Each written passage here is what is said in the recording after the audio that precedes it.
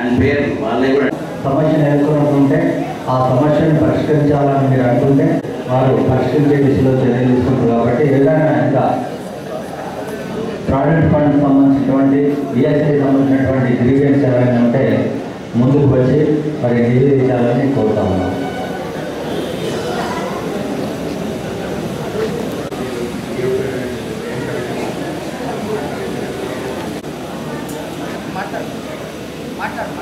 ఎవరైనా ఆ ఎంప్లాయీ చనిపోతే మరి వారికి ఏమన్నా వచ్చేటువంటి బెనిఫిట్స్ ఏమన్నా తగ్గుతాయని తెలియాల్సిందిగా కమిషనర్ గారిని కోరుతాం.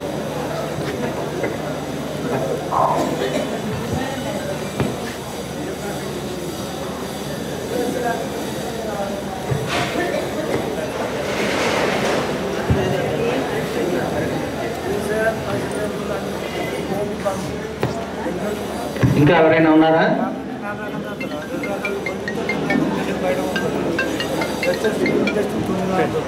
ఓకే చెప్పు.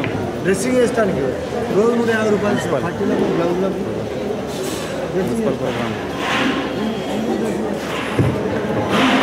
ఇంకా ఎవరైనా ఉంటే రావాలి.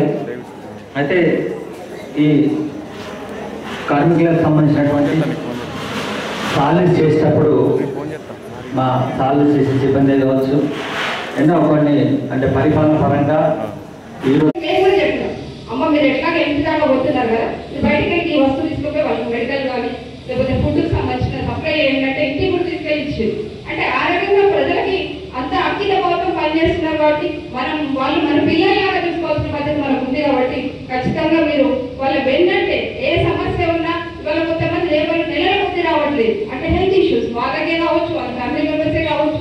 అట్లాంటి వాళ్ళ కూడా బ్యాక్గ్రౌండ్ చూడండి. చూసిన తర్వాత ఖచ్చితంగా వాళ్ళకి ప్రాబ్లం ఉంది అన్నప్పుడు మాత్రం నెలన్నా 6 నెలలున్నా పర్వాలేదు సార్. ఎందుకంటే మనకు సంవత్సరాల తరబడి మనం పనిచేస్తున్నారు కాబట్టి వాళ్ళకి మళ్ళీ అవకాశం ఇచ్చి వాళ్ళు మనతో పని చేయించుకోవాలని కమిషనర్ గారు కూడా తెలియజేస్తున్నాం.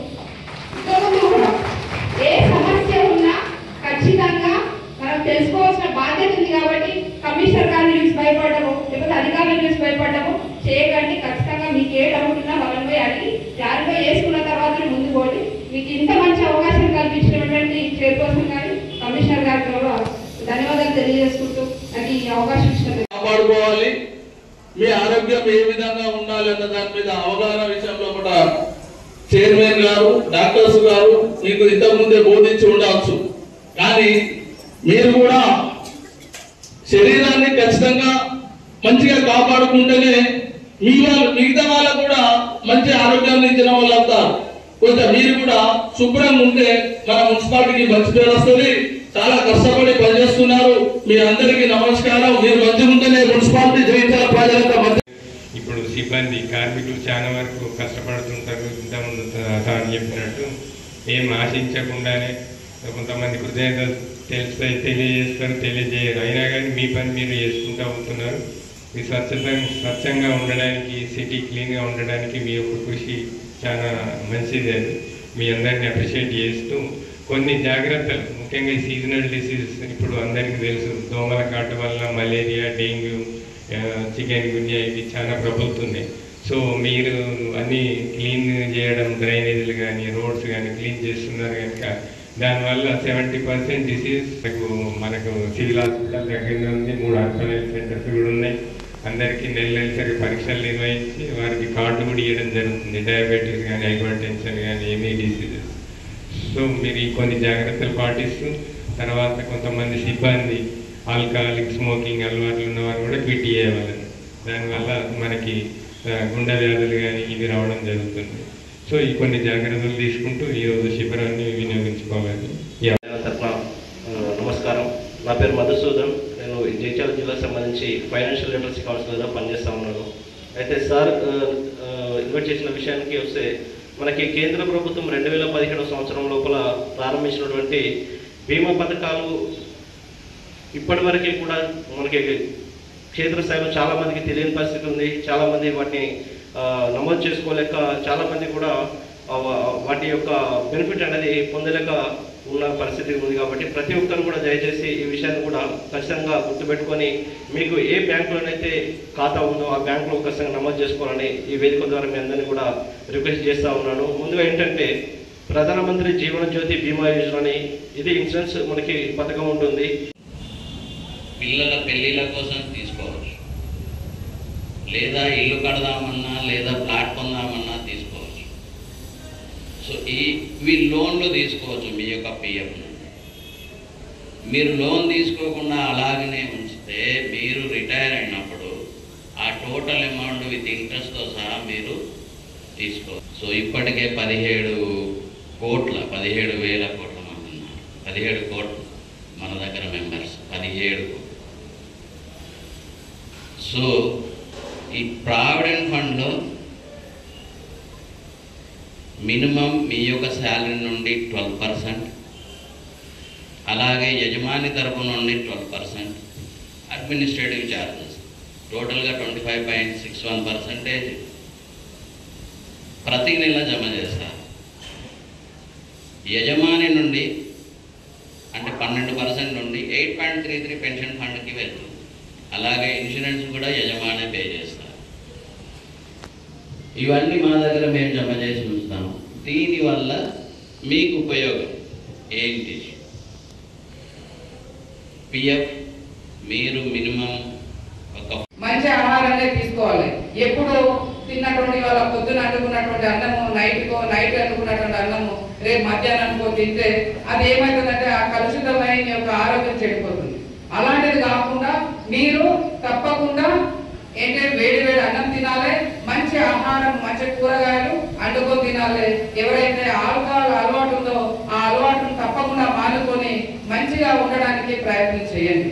నేను చాలా సందర్భాలలో కార్మికులు కానీ మా ఉద్యోగస్తులు కానీ వచ్చినప్పుడు నేను ఒకటే చెప్తున్నాను, మీరు మీ పిల్లల్ని, మనము చిన్న ఉద్యోగం చేస్తున్నప్పటికీ కూడా మీ పిల్లల్ని మంచిగా చదివించి వాళ్ళను ఐఏఎస్లను ఐపీఎస్లను లేకుంటే ఉన్నత చదువులు చదివించి వాళ్ళని సమాజంలో అత్యున్నతమైనటువంటి పొజిషన్లో నిలబెట్టాలని చెప్పేసి మీ అందరికి కూడా నేను సూచిస్తుంటాను. ఎందుకంటే ఒక జమ్మికుంటలో ఒక కార్మికుడు తన కొడుకుని ఎక్కడ ఐఏఎస్ ఆఫీసర్ వల్ల అతను ఛత్తీస్గఢ్ లో తను ప్రిన్సిపల్ సెక్రటరీ స్థాయిలో ఉన్నాడు. గొప్ప ఆఫీసర్, ఎంతో మందికి తను జీవితంలో ఇచ్చినటువంటి ఆఫీసర్ ఒక కార్మిక నుండి పుట్టడం జరిగింది.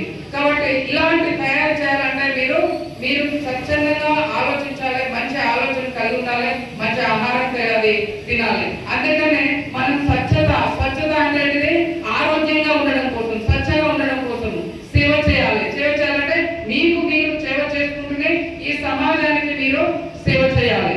అందుకోసము మీరు రెగ్యులర్ గా ఏదైనా చిన్నగా ఏదైనా జలుబు వస్తే ఇంతకుముందు మన వెంకటేశ్వర సార్ విజిలెన్స్ ఆఫీసర్ గా చెప్పారు, ఈఎస్ఐ హాస్పిటల్ మనకు ఉంటుంది.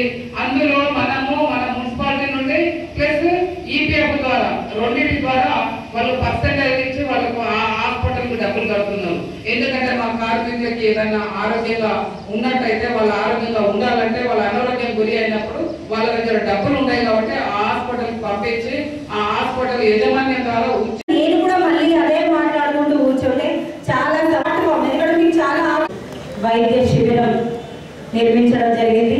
అలాగే ఈఎస్ఐ పిఎఫ్ కి అవగాహన కూడా ఈరోజు అవగాహన సదస్సు కూడా కల్పించడం జరిగింది. కాబట్టి మరి ఈ కార్యక్రమంలో ఇక్కడ మేము ఇచ్చేసిన గౌరవనీయులు కమిషనర్ గారికి, అలాగే తానయ్య గారికి, అలాగే ఇక్కడ ఇచ్చేసిన మా మెప్పా సిబ్బందికి, మిగతా మా కార్మికులందరికీ హృదయపూర్వక ధన్యవాదాలు తెలియజేస్తున్నాను. మరి మీ అందరికీ ఇంతసేపు మాట్లాడారంటే మీ అందరూ ఇది మీ నిద్రపోయే టైం అనుకుంటా. ప్రతి ఒక్కరికి నిద్ర వస్తున్నట్టున్నది. బాగా టైం తీసుకొని కొంచెం టైం తీసుకుంటా. ఇప్పటికే వీళ్ళందరూ మీకు చెప్పింది మీకు అంత మొత్తం అర్థమయ్యే ఉంటుంది. అందుకే నేను కూడా లాస్ట్ గా కొంచెం చెప్పాలనుకుంటున్నా. మీ అందరికి అర్థమయ్యే భాషలో మీరందరూ వాళ్ళు చెప్పే భాష మీకు అర్థమైందా అర్థం కాలేదా, మీకు వాళ్ళ మనసు తెలిస్తే చాలు, వాళ్ళ భాష అర్థం కాకపోయినా కూడా. కాకపోతే ఏంటంటే మీ అందరికీ ఈఎస్ఐ హాస్పిటల్ ప్రతి కార్మికుడికి హక్కు, అది ఈఎస్ఐ హాస్పిటల్ అనేది. మరి మీకు అక్కడ డబ్బులు పే చేస్తున్నారు, మీరు చార్జెస్ తీసుకున్నారని మీరు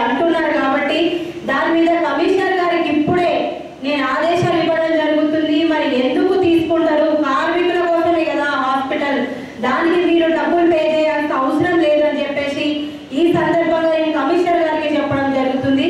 రేపే వారు వెళ్ళి మన సందర్శన చేసి మీకోసం మీరు ఇంత సేవ చేస్తున్నారు ఈ సమాజానికి, మీకోసం ఎంత ఫ్రీ అనేది ఏది పెట్టినా తప్పలేదు కాబట్టి మీకోసం ఈఎస్ హాస్పిటల్లో ఖచ్చితంగా మరి అక్కడ ఎందుకు ఇలా జరుగుతుందని చెప్పేసి తెలుసుకొని రమ్మని చెప్పడానికి జరుగుతుంది. కాబట్టి మీకు ఖచ్చితంగా దీని తదుపరి మీ అందరికీ ఫ్రీ వచ్చేలా మేము చేస్తాం ఖచ్చితంగా. సో దాంతో పాటు మీకు ఇప్పటికే పిఎఫ్ గురించి, పిఎఫ్ ఏదైతే ఉందో ప్రైవేట్ ఫండ్ ఏదైతే ఉందో మీకు అందరికీ అవగాహన కలిగిందని చెప్పేసి నేను అనుకుంటున్నాను. మీరు రేపొద్దున మీ అందరికీ ఆ భగవంతుడు దయ వల్ల ఎవరికి ఏం కాకూడదు, తప్పిపోయి ఎవరికైనా ఏదన్నా అయితే ఒక మహిళ లేచి పొద్దున్న లేచి అన్ని కార్యక్రమాలు ఎట్లాగైతే చేస్తుందో ఊరు మీదకి వచ్చిన తర్వాత మీరు కూడా అలాంటి కార్యక్రమాలే చేయాలి. చేస్తేనే మన జగిత్యాల బాగుపడుతుంది. మనం ఈసారి పచ్చదనం కింద గ్రీనరీ అనేది మనం చేసుకుందామా వద్దా? గ్రీన్ అవార్డు తీసుకుందామా వద్దా? మీరే చెప్పండి. తీసుకుందామా వద్దా?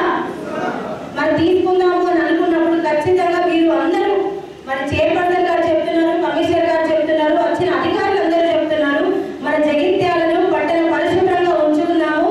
మన పచ్చదనం కింద మన జగిత్యాల నంబర్ 1 అనే ఒక మంచి గ్రీనరీ అవార్డు మనకి రావాలని చెప్పేసి ఈ సందర్భంగా తెలియజేస్తున్నాను.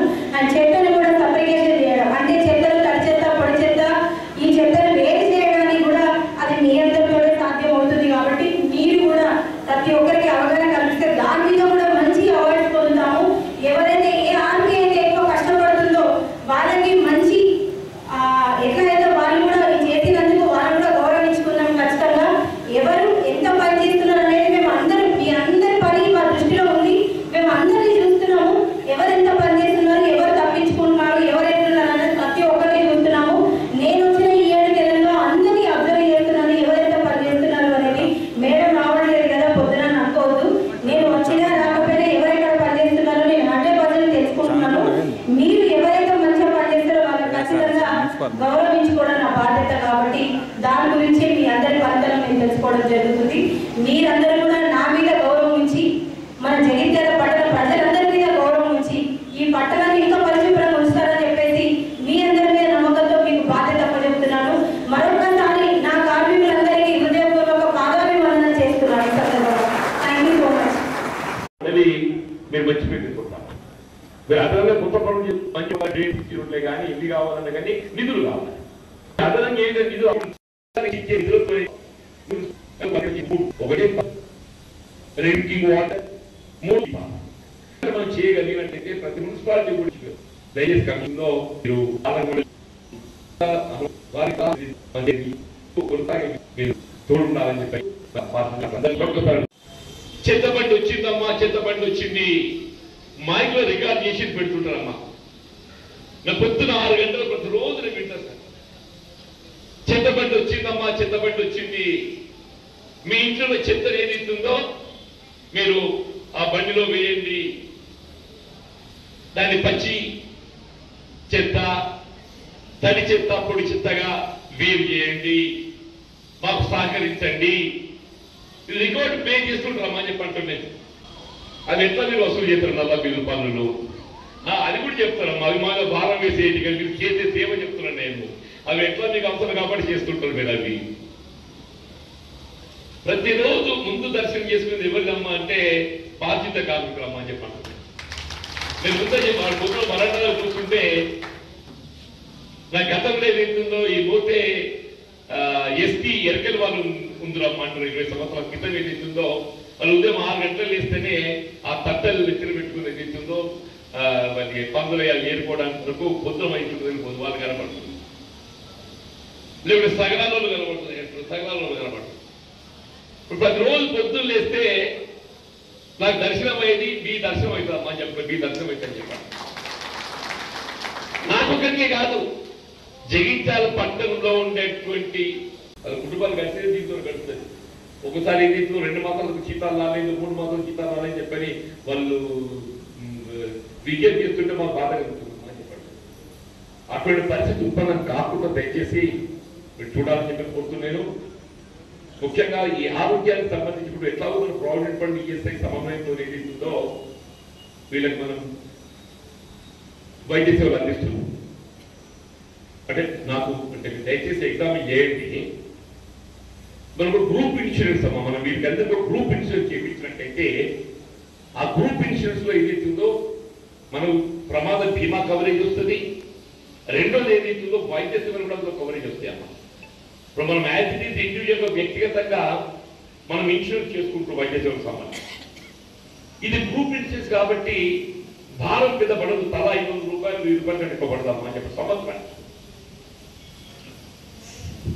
సంవత్సరానికి 400 రూపాయలు వెరీ నియర్. సంవత్సరానికి 436 రూపాయలు అంటే వెరీ నియర్. నెలకి 50 రూపాయలు కూడా కాదా, నెలకి 50 రూపాయలు అమ్మ ఎక్కువ కాదు తల్లి.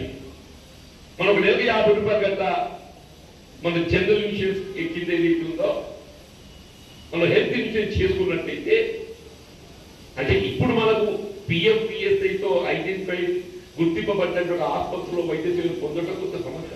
మనం ముందు పైసలు పొందాలి, క్లెయిమ్ చేయాలి, ఇదంతా డిఫరెంట్ ప్రాసెస్ ఉంటాయి.